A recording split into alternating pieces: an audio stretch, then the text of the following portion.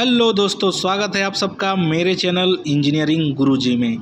आज के इस वीडियो में हम लोग सेंट्रीफ्यूगल पंप के डिस्चार्ज प्रेशर के कम हो जाने के 10 रीज़न के बारे में जानेंगे।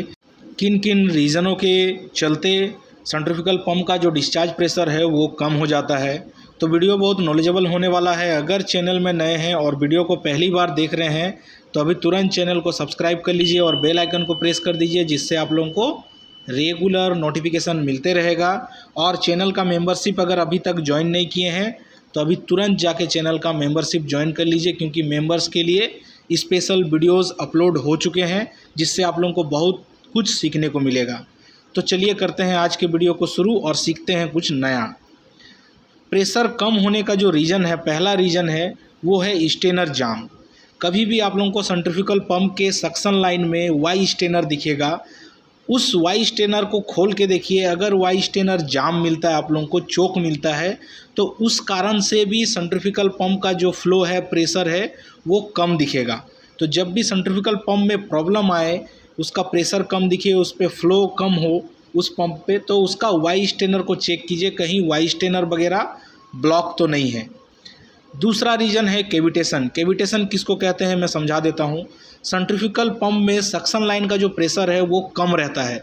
कम रहने के कारण सेंट्रीफ्यूगल पंप के केसिंग के अंदर एक एयर का बबल क्रिएट होता है, और वो बबल हाई प्रेशर क्रिएट होने के कारण फूटता जाता है, क्योंकि जब भी पंप रनिंग होगा तो हाई प्रेशर क्रिएट होगा और डिस्चार्ज में हाई प्रेशर जनरेट होगा, जिसका वजह से जो एयर का बबल है वो रेगुलर इम्पेलर के सामने, केसिंग के सामने ब्रेक होते रहता है, फूटते रहता है, जिसका वजह से इम्पेलर का मेटल पार्टिकल, केसिंग का मेटल पार्टिकल वाटर के साथ रेगुलर डिस्चार्ज होते जाता है, और साथ ही इम्पेलर और केसिंग के बीच का जो गैप होता है वो बढ़ता जाता है, और वही बढ़ने के कारण जो वाटर का फ्लो है वो कम हो जाता है, प्रेशर कम हो जाता है। अब जानते हैं तीसरे रीज़न के बारे में। तीसरा रीज़न है एयर लीकेज। कभी भी सेंट्रीफ्यूगल पंप का जो सक्शन लाइन है, उस सक्शन लाइन में अगर लीकेज है, वाल्व के सामने लीकेज है या पाइपलाइन में लीकेज है, तो वहाँ से क्या होगा, एयर चल जाएगा पंप के अंदर में, और पंप के अंदर अगर एयर चल गया तो क्या होगा, उसका जो प्रेशर है वो कम हो जाएगा। हो सकता है वो डिस्चार्ज ही ना करे, क्योंकि सेंट्रीफ्यूगल पंप अगर एयर ले लेता है तो बहुत बार डिस्चार्ज भी नहीं करता है। इसका चौथा पॉइंट है ब्लॉकेज पाइप। अगर सेंट्रीफ्यूगल पंप का सक्शन लाइन का पाइप ब्लॉक हो, चोक हो, या डिस्चार्ज लाइन का पाइपलाइन चोक हो, तब भी आप लोगों को उस पंप का फ्लो कम दिखेगा। तो कभी भी अगर वाटर का फ्लो कम दिखे तो वाल्व के सामने में, बेंड के सामने में चेक कीजिए, कहीं पाइपलाइन में कुछ आकर फंसा तो नहीं हुआ है, जिसका वजह से आपका पंप का फ्लो भी कम आप लोगों को दिखेगा। पांचवा नंबर पॉइंट है डैमेज इम्पेलर। बहुत बार केविटेशन के वजह से, जो मैंने पहले बताया, या लिक्विड के हार्मफुल लिक्विड यूज करने के वजह से बहुत बार इम्पेलर डैमेज हो जाता है। और अगर इम्पेलर डैमेज हो गया, उसके वेंस वगैरह डैमेज हो गए, तो भी जो वाटर का फ़्लो है, केमिकल का फ़्लो है, जिस केमिकल को आप उस पंप से डिस्चार्ज करवा रहे हैं, वो फ़्लो आप लोगों को कम दिखेगा। अगर पानी उस पंप से डिस्चार्ज कर रहे हैं तो पानी का फ़्लो भी आप लोगों को कम दिखेगा, इम्पेलर डैमेज होने के कारण। तो अगर कभी भी आपका पंप में फ़्लो का प्रॉब्लम आए तो आप इम्पेलर को भी चेक कर सकते हैं, कहीं इम्पेलर डैमेज तो नहीं है। जो 6 नंबर का पॉइंट है वो है एक्सेसिव क्लियरेंस। कभी भी अगर इम्पेलर और इम्पेलर रिंग के बीच में क्लियरेंस बहुत ज़्यादा हो जाता है, गैप बहुत ज़्यादा हो जाता है, तब भी उस सेंट्रीफ्यूगल पंप का जो फ्लो है वो आप लोगों को कम देखने को मिलेगा, क्योंकि सेंट्रीफ्यूगल पंप के अंदर प्रेशर क्रिएट करने के लिए इम्पेलर रिंग, वेयर प्लेट का इस्तेमाल किया जाता है, और उसको टाइमली रिप्लेस भी करना पड़ता है, क्योंकि वो बहुत बार कोरोटेड होकर डैमेज हो जाता है और उसका क्लियरेंस बहुत ज़्यादा बढ़ जाता है, जिसके वजह से जो वाटर का एक्चुअल फ़्लो है उस पंप का, वो फ़्लो आप लोगों को नहीं मिल पाता है दोस्तों। 7वां नंबर जो पॉइंट है पाइप डिज़ाइन इशू। अगर उस पंप का, जो पंप आपने जहाँ पे पंप को फिट किया है, उस पंप का पाइपलाइन का डिज़ाइन अगर सही नहीं है, सक्शन के जगह में सही डायमेंशन का पाइपलाइन यूज नहीं किया गया है, डिस्चार्ज के जगह पे सही पाइपलाइन का इस्तेमाल नहीं किया गया है, तो भी आप लोगों को फ़्लो का प्रॉब्लम उस पंप में मिलेगा। तो कभी भी कोई भी पंप को इंस्टॉल करना है तो उसके मैनुअल में देखिए कि सक्शन में कितना डायमेंशन का पाइप लगाना है, डिस्चार्ज में कितना डायमेंशन का पाइप लगाना है, वो सारा चीज़ आप लोगों को मैनुअल में मिल जाएगा।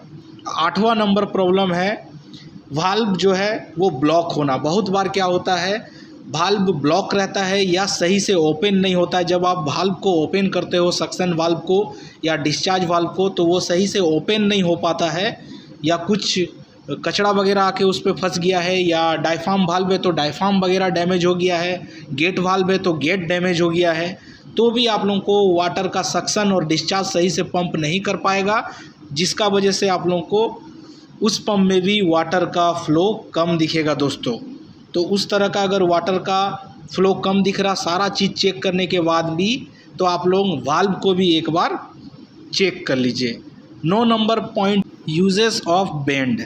अगर डिस्चार्ज लाइन में आपके पंप में बहुत ज़्यादा बेंड का इस्तेमाल किया गया है, तो भी उस पाइपलाइन में जहाँ पे पानी का या केमिकल का आउटलेट हो रहा, वहाँ पे उसका प्रेशर आप लोगों को कम देखने को मिलेगा, क्योंकि हर एक बेंड में ½ kg का प्रेशर रिड्यूस हो जाता है दोस्तों। तो इसीलिए कम बेंड का इस्तेमाल किया जाता है डिस्चार्ज लाइन में। अगर ज़्यादा बेंड इस्तेमाल किया गया है सक्शन में भी या डिस्चार्ज में भी, तो भी आप लोगों को उस पंप का जो फ़्लो है और प्रेशर है वो कम दिखेगा, क्योंकि हर एक बेंड में ½ kg का प्रेशर रिड्यूस हो जाता है दोस्तों। ठीक है, अब है 10वां number point, reverse impeller rotation.